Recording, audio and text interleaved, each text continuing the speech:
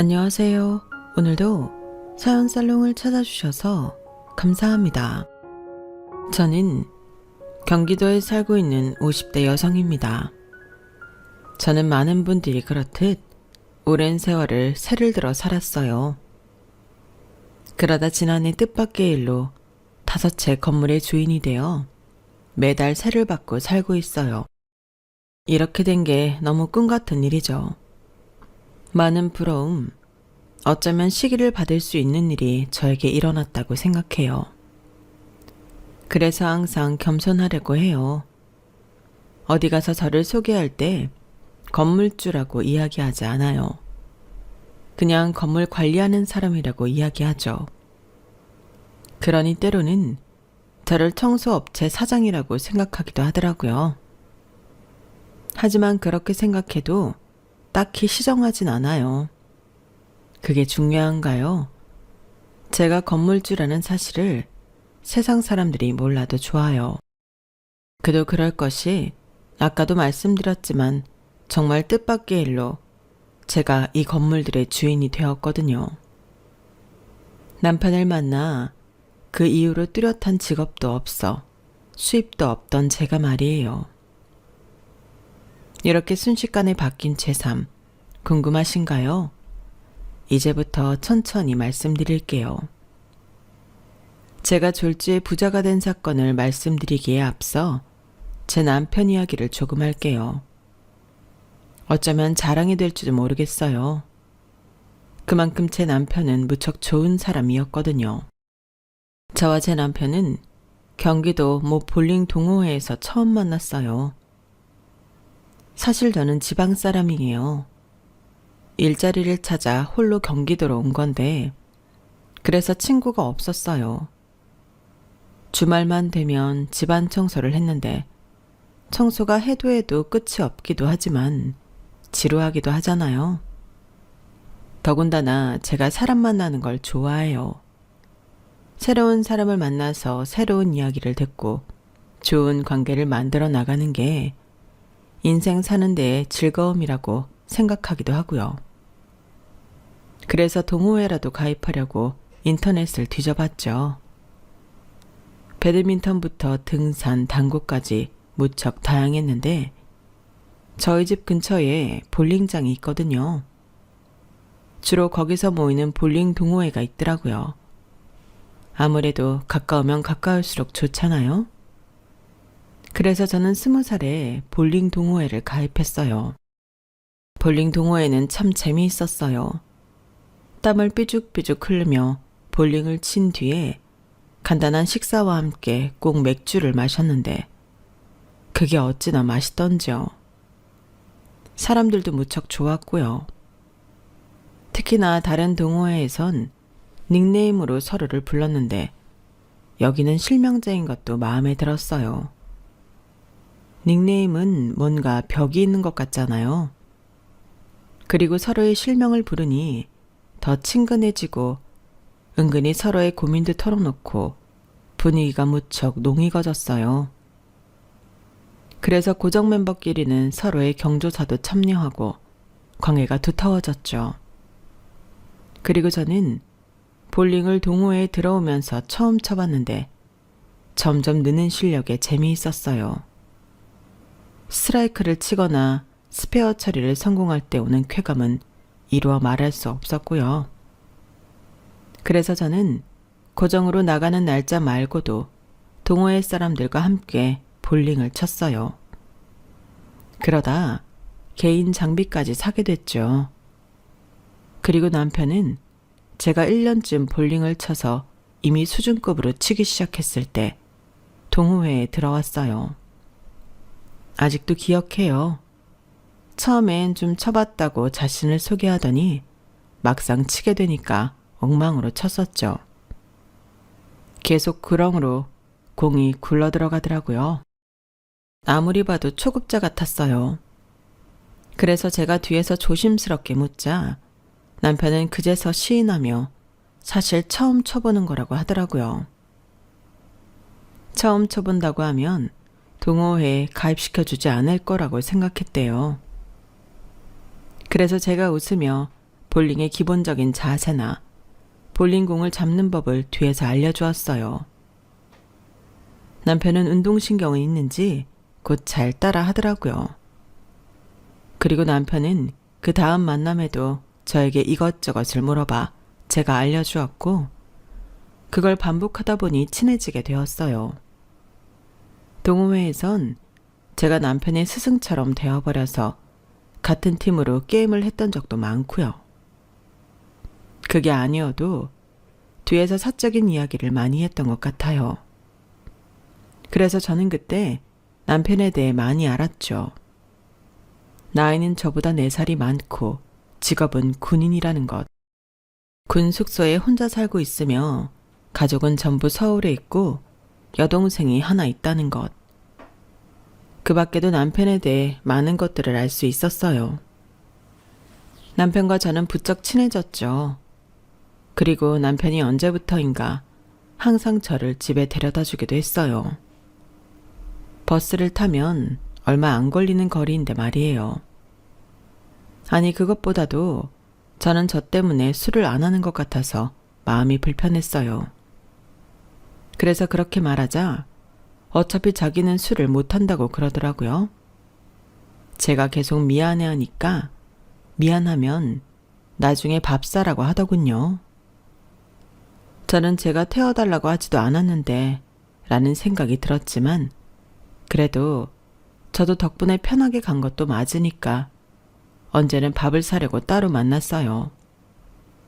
시간이 점심시간밖에 없어서 그때 만났는데 차에 오르니 남편이 퇴근 전이니 당연하지만 군복을 입고 있더라고요.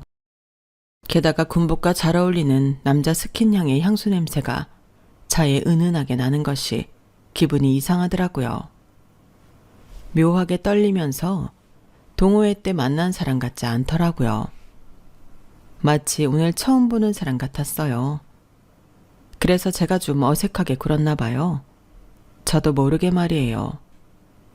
그러자 남편이 가는 길에 저에게 제가 무슨 잘못을 했냐고 묻는 거예요. 그래서 저는 아무것도 아니라고 하면서 차에서 내리려는데 남편이 차 문을 잠그더라고요. 제가 당황해서 문을 못 열자 제 손을 잡더니 실수했으면 미안하다고 말하는 거예요. 그래서 제가 그런 게 아니라고 말했어요. 그러자 남편이 그럼 뭐 때문에 그러냐고 말해서 저는 얼굴을 두 손으로 가리고 제 떨림을 이야기했어요. 그러자 남편이 입력 오류가 난 기계처럼 눈을 껌뻑껌뻑거리더니 웃으며 제 뺨을 두 손으로 잡더니 뽀뽀를 하는 거예요. 저는 너무 당황해서 다시 문을 열고 나가려는데 여전히 문이 잠겨 있어서 나가지도 못하고 괜히 화난 표정으로 남편을 쳐다봤죠. 그러니 남편이 목을 가다듬더니 진지하게 만나보자고 말하는 거예요. 대답하지 않으면 문 안 열어주겠다고 하고요. 하지만 남편이 그렇게 하지 않아도 좋다고 대답할 생각이었어요. 저는 남편이 좋았어요. 제 주변엔 허세가 가득한 남자들밖에 없는데 가령 볼링 동호회만 해도 회정 오빠는 실수를 하면 공이 이상하다는 둥, 신발이 이상하다는 둥 핑계를 대기 급급했어요. 하지만 남편은 솔직하고 못하는 것은 못한다, 실수한 것은 실수했다고 말할 줄 아는 사람이었어요. 게다가 거기서 멈추지 않고 계속 도전하는 사람이었죠. 극복하기 위해서 말이에요. 그리고 볼링장에서 모든 게임이 끝나면 사용한 장갑을 다 걷어서 카운터에 가져다 주었고, 그러면서 늘 감사합니다 라는 말을 빼먹지 않았어요. 남편이 가지고 있는 그 시원시원한 웃음과 함께 말이에요. 남편은 어디에 가든지 그랬어요. 항상 인사를 빼먹지 않았죠. 그래서 저는 그런 남편이 좋았어요. 그리고 맞아요. 사실 모르지 않았죠. 남편이 주는 호의가 무슨 의미인지 저도 모르지 않았죠. 하지만 그럼에도 꿋꿋이 남편의 호의를 덥석 물었던 건 저도 마음이 있었기 때문 아니었을까요?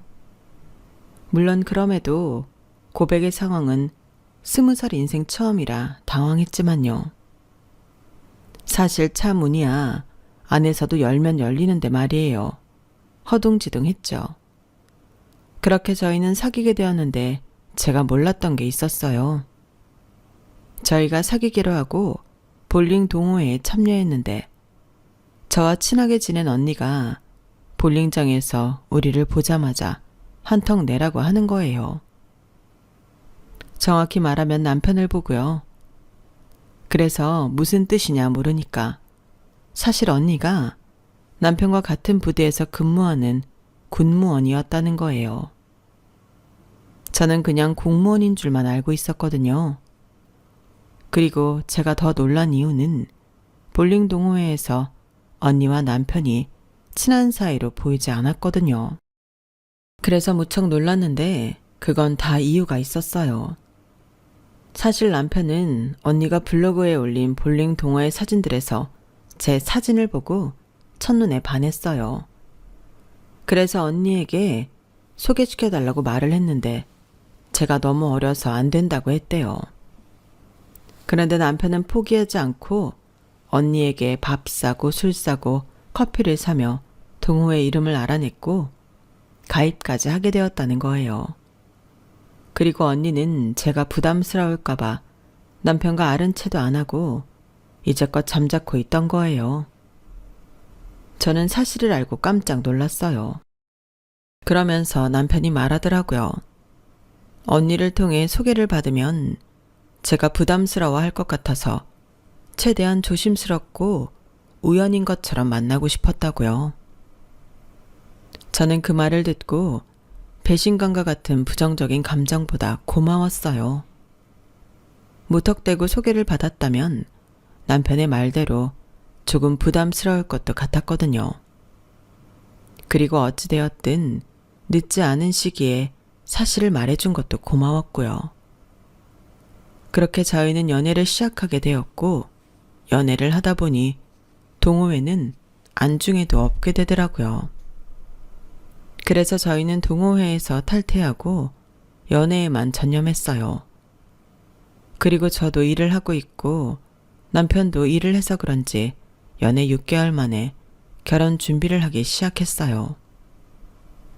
첫 연애에 바로 결혼을 하게 된 것도 있고 23, 이른 나이에 더구나 아이가 생긴 것도 아닌데 결혼을 하겠다고 하니 주변에서 걱정도 많았어요.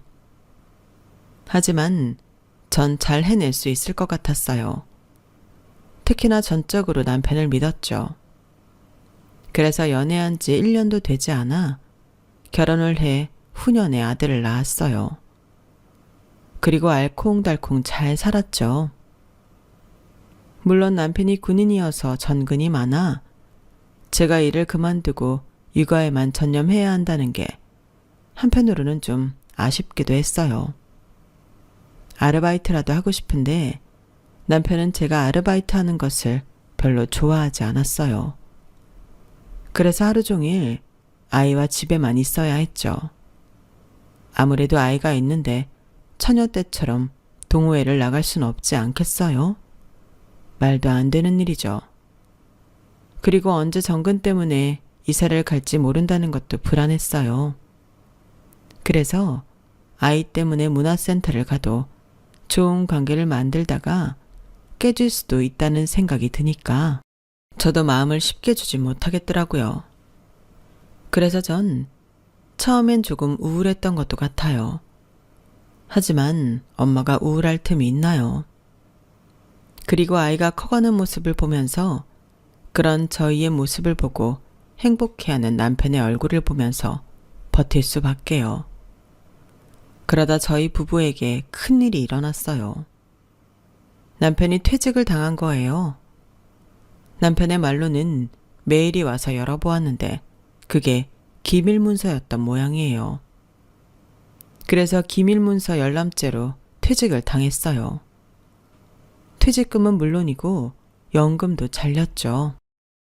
더 큰 문제는 이거였어요. 저희 가족은 그때까지 군 관사에 살고 있었기 때문에 집을 구해야 하는데 괜찮은 집이 있으면 전세금이 부족하고 전세금을 따져 구하면 터무니없는 집이고 상황이 이랬어요. 저는 끊임없이 포기하지 않고 집을 구하다 결국 저희는 아이에게 미안하지만 반지하방을 구해 들어갔어요. 반지하방은 정말 사람 살 수 있는 곳이 아니더군요. 아니, 적어도 아이 살 공간은 아닌 것 같더라고요. 해도 들지 않고 그래서 피는 곰팡이. 그래서 저희 아이는 그곳에 살면서 아토피가 심해서 한참 고생했어요. 그리고 공부를 할 수 있는 분위기가 아니니까 책상도 겨우 들어가는 방이었거든요. 그래서 매일 늦게까지 도서관에서 공부하다 들어오고 그랬죠. 그리고 남편은 1년 동안 시름시름 앓았어요. 무슨 심정이었을지 안 봐도 알아요. 아마 가장으로서 가정을 지키지 못했다는 자책과 죄책감.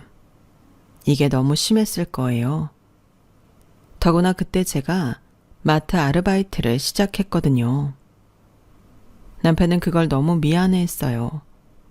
그래서 새벽까지 잠들지 못하고 그러니 늦게까지 일어나지도 못하고 밥도 잘 챙겨 먹지 않고 피지 않던 담배를 피우고 아직도 저는 그때 남편의 모습을 생각하면 마음이 아파요.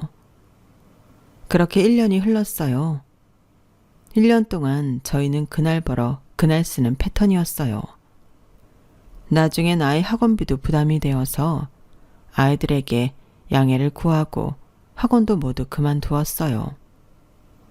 그쯤 되면 삐뚤어질 법도 한데 저희 아들 끝까지 공부를 손에 놓지 않더라고요. 그리고 어느 날은 아들이 아르바이트를 하겠다고 했어요. 자기 용돈벌이도 하고 월세에 보태겠다면서요. 저는 그 이야기를 듣고 너무 놀라서 아이를 혼냈어요. 태서가, 네가 그럴 필요 없어. 그건 다 엄마랑 아빠가 해야 할 일이야. 학생의 본분은 뭐다? 공부잖아. 엄마가 미안해. 아무리 너한테 학원 줄이자는 이야기는, 학원 못 보낸다는 이야기는 안 했어야 했는데 엄마가 미안해. 용돈은 필요한 만큼 줄 테니까 이야기하고, 응? 그때 저희 남편이 TV를 본다고 저희 쪽에서 등을 돌리고 있었거든요. 그런데 듣지 않는 척하면서 듣고 있었나 봐요. 다음날 일자리를 구했다고 하더라고요. 한창 배달기사 모집한다는 공고가 많이 떴을 때예요. 그때 남편이 배달기사를 하겠다고 했어요. 저는 위험해서 말리고 싶었어요. 그런데 남편이 지금 자기가 할 수 있는 일은 이것밖에 없다고 하더라고요. 이거 아니면 경비원인데 경비원보다 배달기사가 더 잘 번다고 했어요. 남편이 이런 생각을 하는 이유는 남편이 헌병 출신이거든요. 사실 헌병이 제대하면 할 수 있는 게 많이 없어요. 기술직이 아니다 보니 그래서 저도 남편의 마음이 이해가 되긴 되었어요. 그래도 너무 위험한 일이라고 생각했어요. 오토바이도 타본 적 없는 사람인걸요. 하지만 남편의 의지는 완고했어요. 그래서 결국 배달기사 일을 시작하고 말았어요. 남편은 오후에 출근을 해서 늦은 새벽에 귀가했어요. 저는 맨 처음에 일하는 시간도 길고 날씨도 많이 타는 일이잖아요. 그래서 고될 것이라 걱정이 많았어요. 그런데 생각보다 잘 버티고 나중엔 웃으면서 출근하더라고요. 그래서 언제는 한번 정말 괜찮은 게 맞냐고 물었어요. 아니라면 다른 일을 구해보자고도 말했죠. 그러니 남편이 웃어요. 여보, 걱정하지 마. 나 오랜만에 땀 흘려 번 돈이라 재밌어. 같이 일하는 동료들도 좋고. 그리고 지난번엔 어떤 일이 있었는 줄 알아? 내가 커피를 받았다? 누가 한 잔은 배달 기사분 주라고 했대. 얼마나 고마운 마음이야. 그리고 가끔 물건 받으면 수고하세요 하는 고객들이 있는데 그럴 때마다 힘이 나. 내가 군대 생활을 오래 해서 그때 뭐 해주는 게 고마운 게 아니라 당연한 거였거든. 근데 이젠 고맙다는 말, 수고한다는 말도 듣고 나 요새 너무 만족해. 오토바이 타는 거 위험하지. 하지만 내가 얼마나 안전운전한다고. 나 위험하게 운전 안 해. 그러니까 걱정하지 마. 나는 당신이 더 걱정이야. 안 해본 일 하느라 힘들지 않아? 남편은 이처럼 자기보다 저를 더 걱정했어요. 그러니 제가 가만히 있을 수 있나요? 땡깡 부릴 수 있나요? 더 열심히 일했어요. 그렇게 저희 부부는 4년 동안 열심히 밤낮, 여름, 겨울을 가리지 않고 일했어요. 그리고 그날이 닥쳤죠.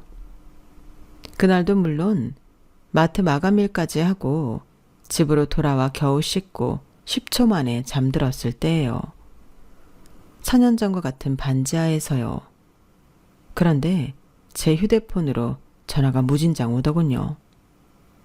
저는 깨지 못하고 대학 공부를 하고 있던 아들이 저에게 와서 전화가 왔다고 했어요. 저는 비몽사몽하며 전화를 받았어요. 그런데 시끄럽고 조잡한 소리 너머로 저희 남편이 죽었다는 거예요. 저는 무슨 스팸도 이런 기분 나쁜 스팸이 있나 싶어서 전화를 끊으려다 쎄한 기분이 들어서 거기가 어디냐고 했어요. 그러니 응급실이라고 하더라고요. 시계를 보니 새벽 2시가 좀 넘었어요. 저는 헐레벌떡 옷을 챙겨 입고 응급실로 향했어요. 아니겠지 하는 마음으로 택시를 탔는데 계속 눈물이 나더라고요. 그래서 빡빡 눈물을 닦고 오히려 더 씩씩하게 응급실에서 내렸어요. 응급실은 난리도 아니었어요. 제가 사람들을 뚫고 지나가자 믿기지 않게도 제 남편이 보이더라고요. 제 남편이 침상에 누워서 눈을 반쯤 뜨고 입도 벌려 있었고요. 온몸이 피범벅이 되어서 제대로 볼 수도 없더라고요. 저는 의사에게 이 사람 누구냐고, 이름이 뭐냐고, 왼손에 제 것과 똑같은 결혼 반지를 끼고 있는데도 그걸 알면서도 물었어요. 그러자 의사가 제 남편 이름을 대더니 보호자냐고 묻더군요. 그리고 사망하셨다고 하더라고요. 저는 그 자리에서 털썩 주저앉아 목에서 피가 날 정도로 울부짖으며 울었어요. 불과 얼마 전만 해도 여유 자금이 생기면 돈을 모아 가게 하나를 차리고 싶다고 한 남편이었어요. 그때 그 말을 하던 남편의 미소와 눈빛이 아직도 선명한데 죽었다뇨. 그게 말이 되나요? 다시 좋은 집에서 살자는 그 약속이 아직도 제 마음이 살아있는데 아들 대학 졸업시키고 취업시키고 장가 보낼 때 우리 웃는 얼굴로 보내주자고 한 말이 아직도 귀에 맴도는데 이렇게 가버리다뇨. 그리고 의사는 사고 정황을 말해줬어요.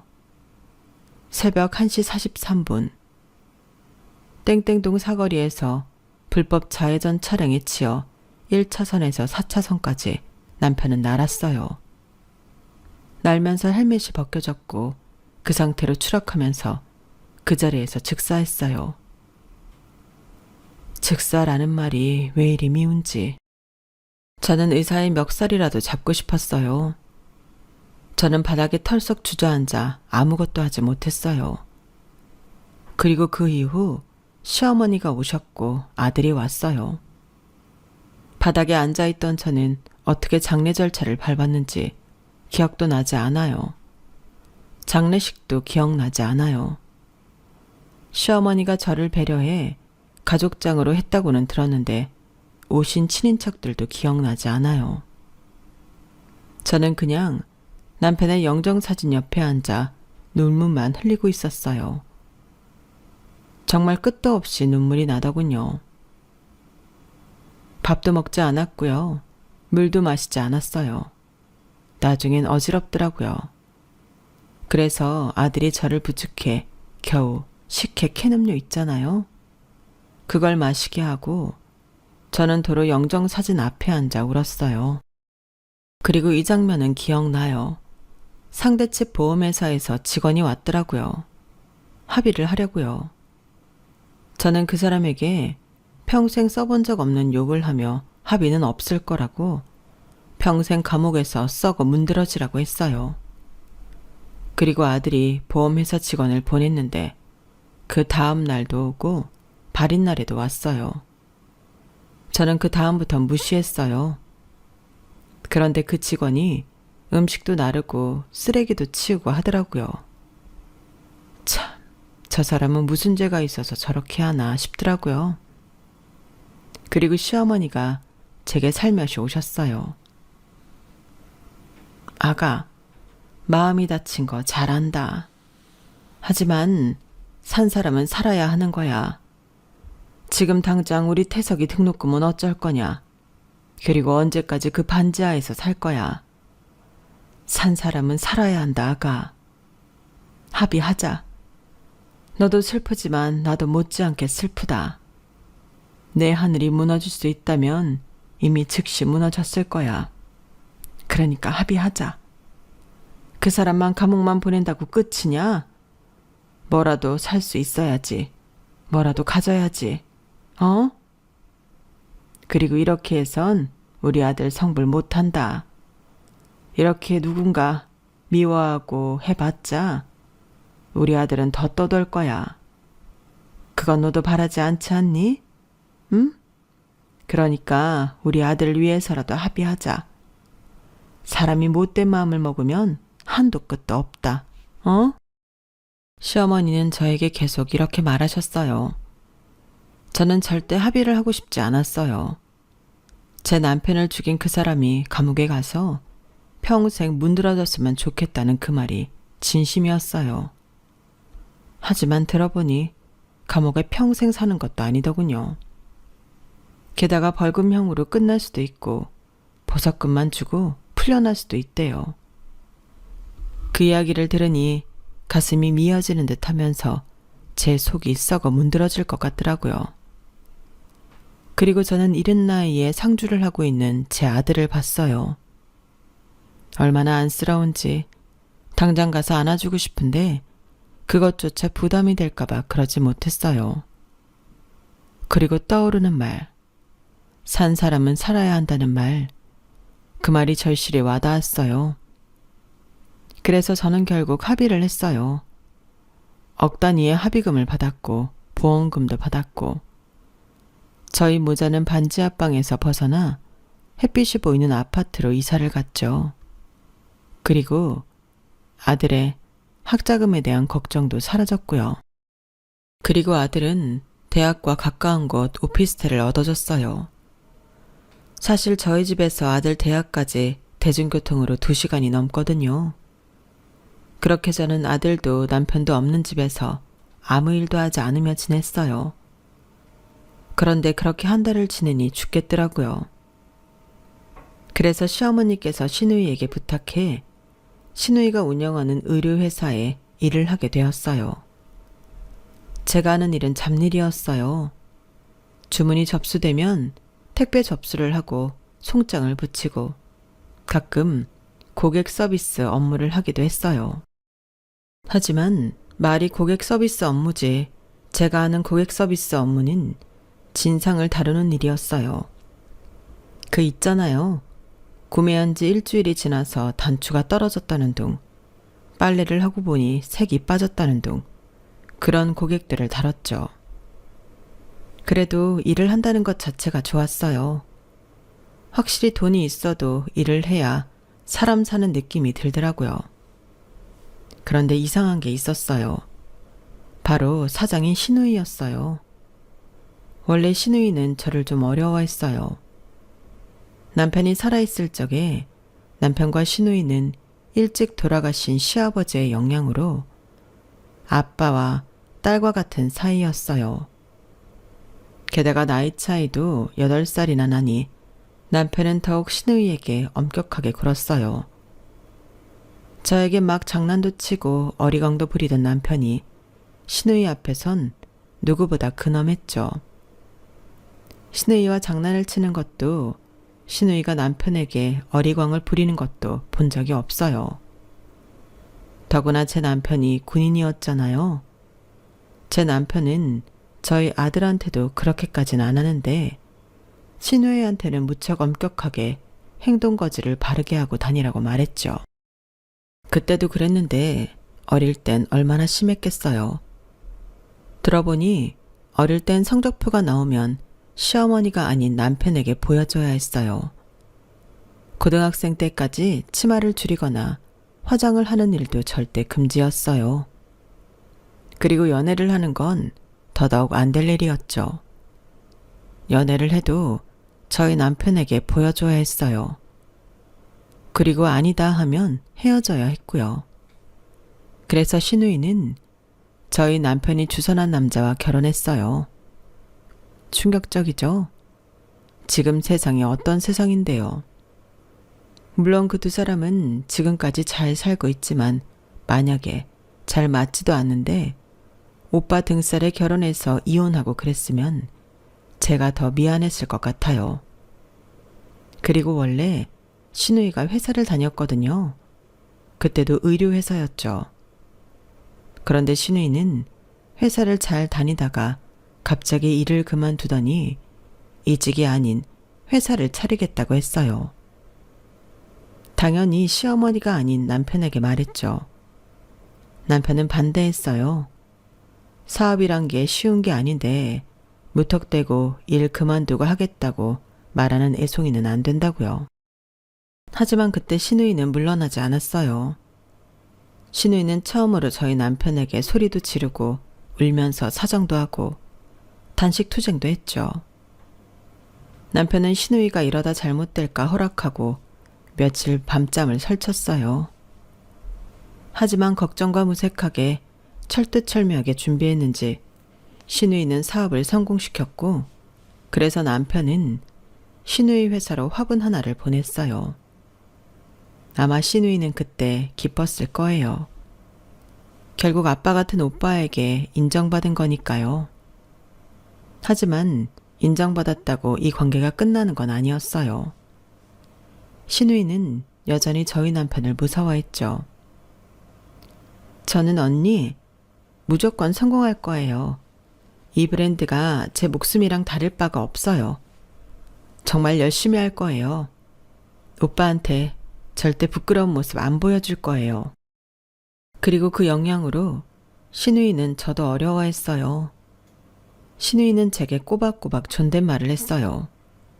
제가 누누이 이제 가족이니까 말을 편하게 하자고 말해도 꼬박꼬박 존댓말을 하고 존칭을 썼어요. 그리고 신우이라고 저를 괴롭히거나 은근히 비꼬는 것도 없었고요. 자기 친정이라고 부엌 일을 하지 않거나 누워만 있는 경우도 없었죠. 누가 보면 누가 신우이인지 모를지도 몰라요. 둘 다 며느리인 줄 알 거예요. 그랬던 신우이가 달라졌어요. 신우이는 직원에게 제가 자기의 새언니라고 말하지 않았어요. 그냥 새로 들어온 직원이라고 말했죠. 그래서 직원들은 저에게 신우이의 차가 들어오면 커피를 뽑으라고 시켰어요. 탕비실에 커피 머신이 있었거든요.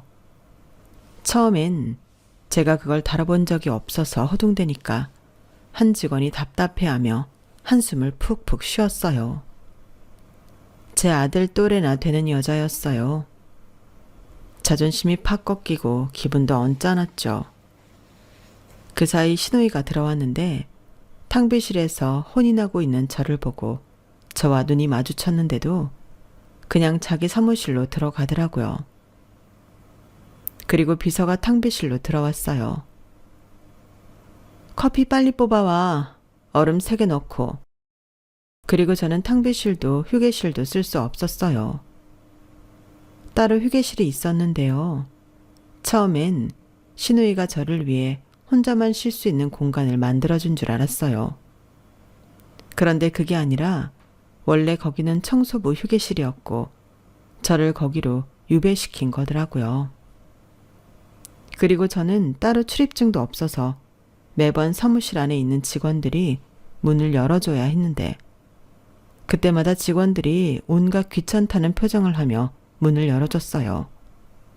하나같이 제 아들 또래인 직원들이 말이에요. 그래서 언제는 제가 신우이에게 따로 출입증은 왜 안 만들어주냐고 물으니 신우이가 웃더라고요.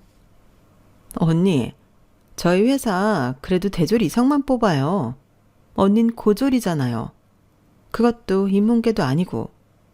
그런데 출입증 주면 다른 직원들은 열받지 않겠어요? 그리고 제가 이 일은 처음 해보는 일이잖아요. 택배 포장이나 송장이 잘못된 적이 있어요. 그게 고객 서비스 팀으로부터 알려지면 신우이는 저를 자기 사무실에서 프라이빗하게 혼내는 게 아니라 사무실 한가운데에서 공개적으로 면박을 줬어요. 이게 몇 번째야?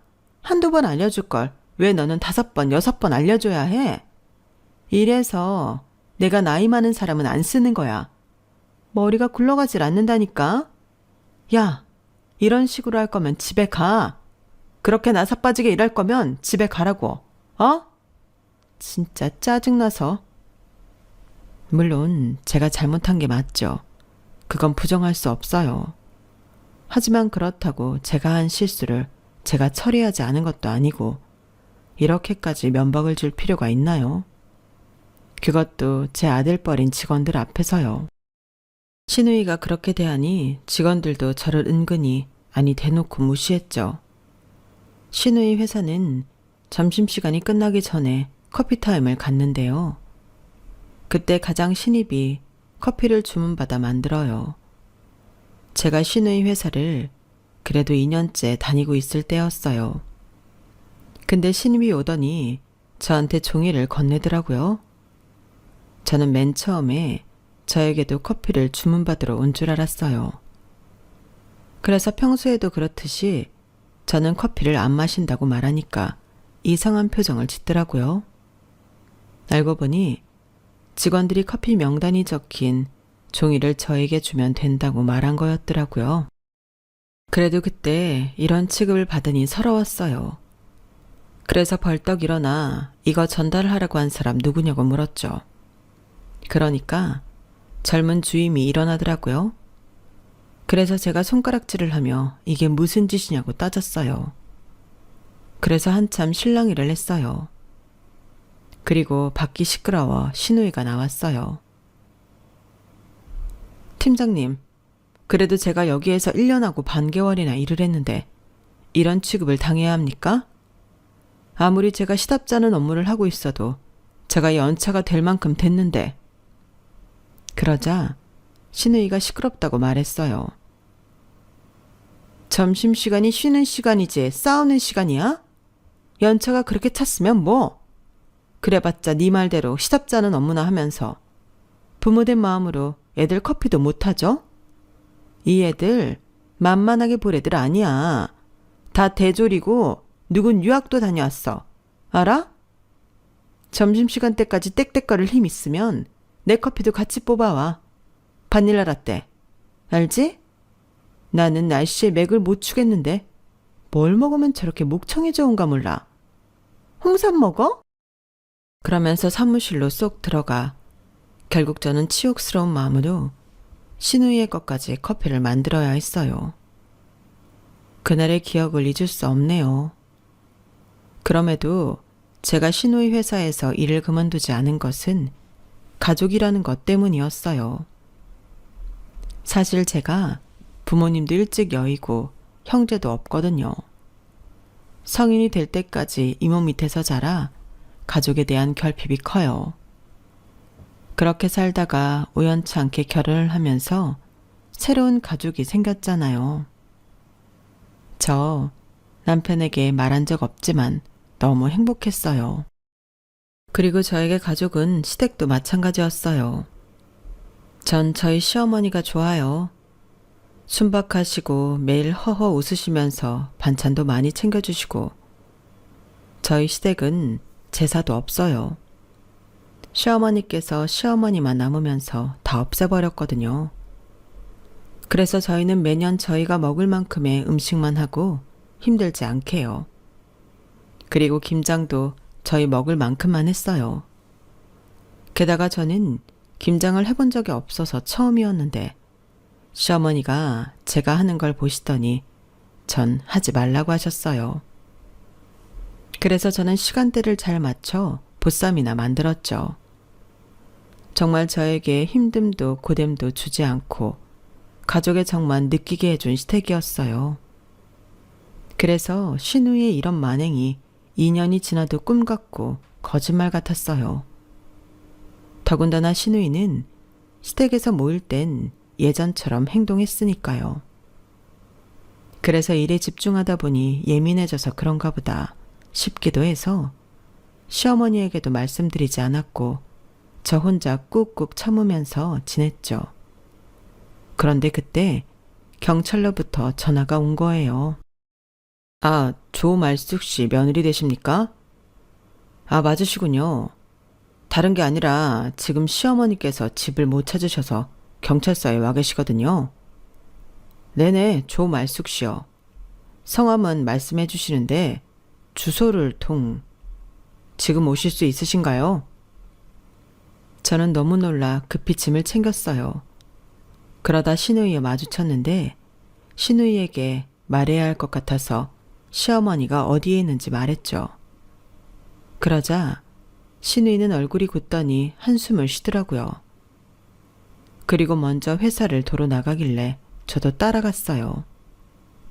경찰서에 도착했을 때 시어머니는 내복 차림이었어요. 평소라면 절대 그렇게 입고 나가실 분이 아니에요. 저희 시어머니는 무척 멋쟁이시거든요. 제가 시어머니 앞에 쪼그리고 앉아 무슨 일인 건지 물었어요. 그런데 시어머니의 눈빛이 이상했어요. 무언가 빛을 잃은 듯한 눈빛이요. 그래서 저는 뒤늦게 쫓아온 신우이를 봤어요. 신우이가 저를 보더니 왜 왔냐고 다그치더군요. 그렇게 다그치는 걸 보니 신우이는 이미 시어머니의 상태를 알고 있는 것 같았어요. 예성아, 이게 무슨 일이야? 너 다 알고 있으면서 나한테 한마디도 안 한 거야? 이런 건 말을 해야지. 그래야 서로 대책을 세우고 할 것 아니야. 어머니 이 지경이 될 정도로 왜 말을 안 했어? 왜 말을 안 했냐고? 제 호통을 듣고 신우이는 잠깐 놀라는 듯 싶더니 웃었어요. 연기하지 마. 지금 재산 누리고 있던 와중에 얻어 걸려서 좋은가 본데 다 티나. 내가 니깐년한테 우리 집 재산 한 톨이라도 줄 줄 알아? 어림도 없는 소리. 내가 눈 뜨고 코 베일 사람으로 보여? 저는 신우이가 무슨 말을 하는지 알았어요. 사실 시어머니 건물 5채에 여러 땅을 보유하신 건물주, 땅 부자였거든요. 저는 그걸 시집을 간 뒤에 알았어요. 남편이 조심스럽게 이야기해 주더라고요. 하지만 그 땅을 물려받겠다니 그런 욕심은 애초에 없었어요. 시어머니는 좋은 분이셨지만 남편이 군인 되는 걸 결사 반대하셔서 금전적으로는 네가 알아서 살라고 하셨던 분이거든요. 저희 남편이 퇴직을 하고 반지하에 갔을 때도 끝까지 꿈쩍도 안 하고 도와주지 않으신 시어머니인데요. 솔직히 그때 좀 서운했어요. 하지만 어떻게 생각하면 그건 다 시어머니 것이고 저희 것이 아니잖아요. 그렇게 마음을 다잡고 살았죠. 지금까지요. 그러니 저에게 시어머니의 재산은 제 것이 아닌 어떤 국가적 소유의 것처럼 그런 것들이니 신우의 말이 다 틀렸어요. 그리고 사람이 아픈 사람을 보면서 그런 생각을 하는 게 맞나요?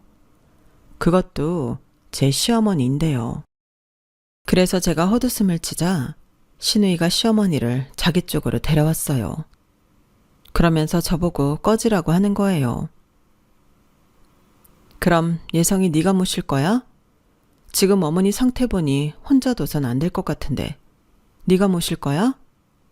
그럼 안심하고 갈게. 여기서 대답해봐. 신우이는 눈을 몇 번 굴리더니 다시 시어머니를 제 편으로 넘겼어요. 그럼 언니가 모셔요.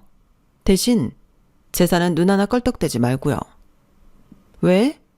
내가 다 갖는 게 맞잖아요. 내가 친딸이니까. 아니에요? 언니는 아무것도 아닌 며느리잖아. 그리고 제가 말을 하려는 순간 시어머니가 제 손을 잡고 말했어요. 집에 가자고요. 그래서 저는 어쩔 수 없이 신우이에게 한마디도 하지 못하고 시어머니와 함께 집으로 왔어요. 그리고 다음날 출근을 하려는데 집 앞에 옷박스가 있더라고요. 몇 박스가 있었어요. 주소가 신우이 회사여서 전화를 해보니 집에서 작업하라는 거예요. 보니까 송장도 있었어요. 저는 힘겹게 그것들을 집으로 들여와 시어머니를 돌보면서 일을 하기 시작했어요. 그렇게 몇 달을 신우이와 얼굴을 보지 못한 채로 일을 하고 있는데 한낮에 누가 문을 쾅쾅 두드리는 거예요. 시어머니는 놀라서 방으로 들어가고 문을 여니 신우이였어요. 오랜만이에요, 언니. 이제 바쁜 게 좀 끝나서 들렀어요. 여긴 그대로네. 햇빛 잘 안 드는 것도 그대로고. 설마 거실에서 택배 작업하는 거예요? 옷이 먼지랑 비닐 먼지 무시 못하는데 여기서 하면 어떻게 해요? 우리 엄마 온종일 먼지 속에 있겠네. 우리 엄마 기관지 안 좋은 건 알고 있죠? 가습기, 공기청정기 이런 거 좀 틀고요. 공기청정기 없어요? 요새 그거 없는 집도 있나? 하긴 언니는 계속 가난했으니까. 냉장고가 왜 이래요? 안에 아무것도 없잖아. 설마 우리 엄마 굶기는 거 아니죠? 나이 들수록 좋은 거, 비싼 거 먹여야 하는 거예요. 안 되겠네. 내가 좀 자주 와야겠어. 청소는 하고 있는 거예요? 이거 언제 먹은 그릇이야? 점심? 아닌 것 같은데? 아까도 말했지만 우리 엄마 기관지 안 좋으니까 매일 쓸고 닦고. 알죠? 그리고 우리 엄마는 어디서 지내는 거예요? 방이 따로 없나? 아, 이 방이구나. 아니, 안방이 아니네요. 그래도 어른 모시는 건데 안방 정도는 내줘야 하는 거 아닌가? 우리 엄마 집 봐서 알겠지만 엄청 커요. 이 코딱지만한 한 방에서 지내면 없던 치매도 생기겠어. 치매약은 내가 준 대로 잘 먹이고 있죠? 다음 주에 새로 약 탈 거니까 보내줄게요. 꼬박꼬박 먹여야 해요. 안 그러면 더 심해지니까. 신우이는 그렇게 자기 할 말만 하고 돌아갔어요. 시어머니는 어디 있는지 찾지도 않았죠. 저는 대체 신우이가 시어머니를 걱정하는 건지 다른 걸 걱정하는 건지 알 수가 없었어요. 그리고 신우이는 그 뒤로 자주 저희 집에 왔어요. 언제는 제가 시어머니와 나와 있었는데 어디에 간 거냐며 저를 막 의심하더니 시어머니 목소리가 제 곁에서 들리자 추운이 들어가야겠다며 비밀번호를 가르쳐달라고 하기도 했어요. 그리고 저희가 들어오자 또 비슷한 잔소리를 했고요. 그렇게 1년이 흘렀어요. 시어머니의 치매는 급속도로 안 좋아졌고 이젠 요양원에 보내야 할 것 같았어요. 그래서 그걸 상의하기 위해 신우이에게 전화를 했는데 신우이가 저희 집 앞이라는 거예요. 문을 여니 신우이가 저보고 나가라고 하더라고요. 그때 저희 아들도 함께 있었는데 저희 아들도 나가래요. 그래서 저희는 근처 카페에 가서 앉아 있었어요. 그런데 아들이 아무리 생각해도 이상하다며 집으로 다시 가보자는 거예요. 커피가 다 식지도 않았는데 저희 모자는 다시 집으로 향했어요. 문을 열고 들어가니 집이 엉망이었어요. 물건이 던져진 듯 했고 TV도 깨져 있었고요. 그리고 신우이는 없었죠. 일단 제가 집을 치우려는데 아들이 사진을 찍더라고요. 무슨 생각인지 알 수 없었지만 찢게 내버려 두고 집을 치웠어요. 그런데 시어머니가 저에게 뭔가 하나를 주더라고요. 잘 보니 USB였어요. 이게 뭐냐고 제가 물으니 시어머니는 초점이 흐려진 눈으로 제 손을 잡았어요. 애들 엄마, 이거 내가 미안해. 그러더니 시어머니는 방으로 문을 닫고 들어가셨어요. 제가 그 USB를 들고 아들에게 갔어요. 아들에게 보여주니 아들이 바로 확인해 보더라고요. USB엔 파일이 많았어요. 어떤 서류 파일들, 어떤 동영상 파일. 그런데 아들이 뭘 보더니 마우스를 멈칫했어요. 엄마, 이거 아빠 아니야? 아빠라는 소리에 놀라 저도 화면을 쳐다봤어요. 그러니 정말 저희 남편이었어요. 동영상을 처음 봤어요. 사실 합의를 하기 전에도 합의를 할 때도 그 후에도 남편의 사고 영상을 전 볼 수 없었어요. 아들도 마찬가지였고요. 그런 상태에서 합의를 하다니 정말 무식한 짓이죠. 하지만 그땐 찾아오지도 않는 사람, 그 꼴도 보기 싫어 그랬네요. 저는 처음으로 남편 사고 영상을 확인했어요. 다리가 후들후들 떨리더니 결국 주저앉았네요. 그리고 아들은 서류 파일을 하나씩 보았어요. 그러더니 아들이 욕을 하더라고요. 저도 다시 일어나 확인해보니 사고자 이름에 신우이 이름이 있었어요. 그리고 다시 영상을 보니 사고 차량이 신우이 차더군요. 제가 신우이 차는 정확히 알잖아요. 저는 억장이 무너지는 것 같았어요. 그리고 혼미한 정신으로 시어머니 방으로 갔죠. 시어머니에게 울면서 무슨 일이냐고 어떻게 된 거냐고 물었어요. 시어머니의 옷깃을 잡고 애원했어요. 사실을 알려달라고. 그리고 차라리 거짓말이라고 해달라고. 저는 믿고 싶지 않았어요.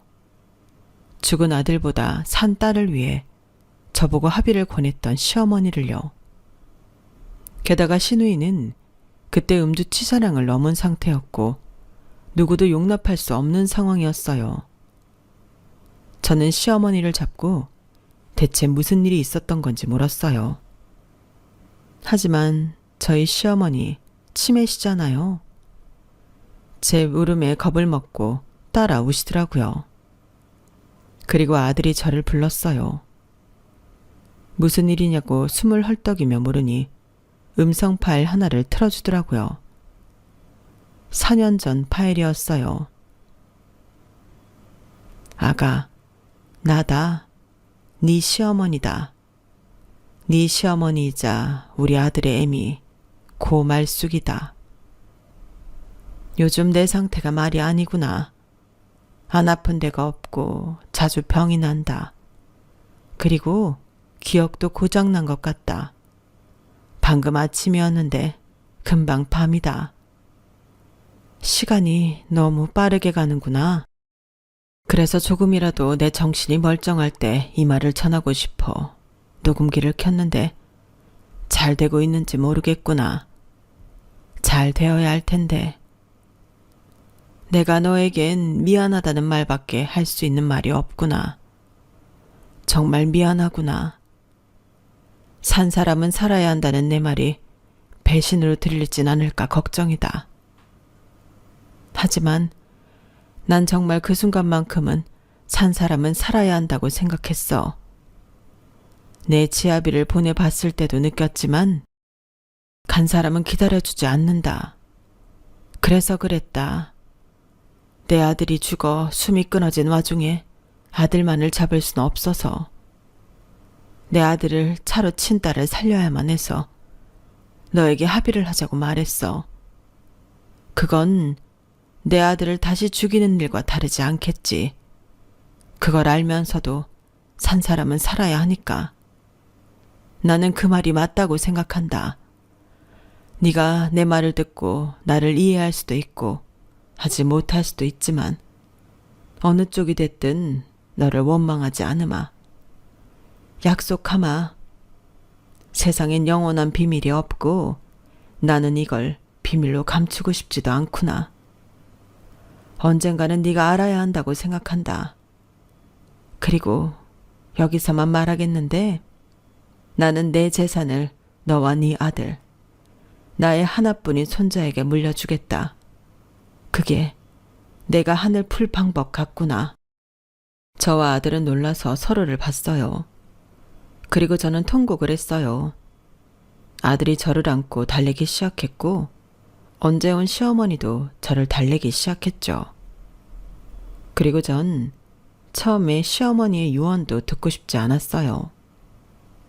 제 남편을 팔고 받는 돈 같았거든요. 그런데 옆에서 아들이 저를 다독이더라고요. 엄마, 이제껏 엄마가 고생한 거 할머니가 다 아셔서 그런 거야. 그러니까 받고 편하게 지내요. 나도 엄마 걱정 안 하게. 응? 그래서 저는 아들과 함께 USB를 들고 시어머니가 아시는 변호사를 찾아갔어요. 그리고 변호사에게 USB를 주었죠. 그러자 변호사는 이제 오셨냐고 말했어요. 그런데 저희 모자는 시어머니의 재산 상속을 받았어요. 그리고 며칠 뒤 신우이를 변호사 사무실에서 만났어요. 신우이는 저를 보고 방방 뛰며 화를 냈죠. 이럴 줄 알았어. 내가 이 여우 같은 놈들이 이럴 줄 알았다고. 결국 다 재산 때문이었던 거지? 우리 엄마 모신 거 다 재산 때문이었던 거지? 당장 돌려내. 그 더러운 손으로 우리 엄마 재산 만지지도 말라고. 그래서 저희 모자는 시어머니의 음성 메시지와 신우이가 조작한 원본 파일을 보여주었어요. 그러자 신우이는 무척 당황하더니 말을 더듬더라고요. 나 아무것도 안 보였어. 분명히 아무것도 없었는데 오빠가 뛰어든 거라고. 그러자 저희 아들이 픽 웃었어요. 술에 취한 상태여서 안 보인 게 아니고요. 치사량 한참 넘으신 것 같은데 그 상태로 도주하셨죠. 그리고 경찰에 돈 줘서 입마급한 뒤에 합의하시고. 아니, 아니야. 난 술에도 안 취했고 그때 차든 오토바이든 아무것도 없었어. 아무것도 없어서 좌회전한 거고. 그리고 이미 합의금 받아놓고 뭐 하는 짓이야? 합의금 받았으면 됐잖아. 그걸로 아파트로 이사가. 얘 학비. 다 했는데 뭘 또 욕심을 부려. 당장 토해내. 그럼 어디 진실을 밝힐까요? 저한텐 이런 것도 있는데요. 아들이 변호사에게 또 다른 USB를 건넸어요. 그 USB엔 동영상 파일이 있었어요. 바로 시어머니를 신우이가 윽박지르고 협박하는 동영상이었어요. 그리고 그 잔해가 담긴 사진도 있었죠.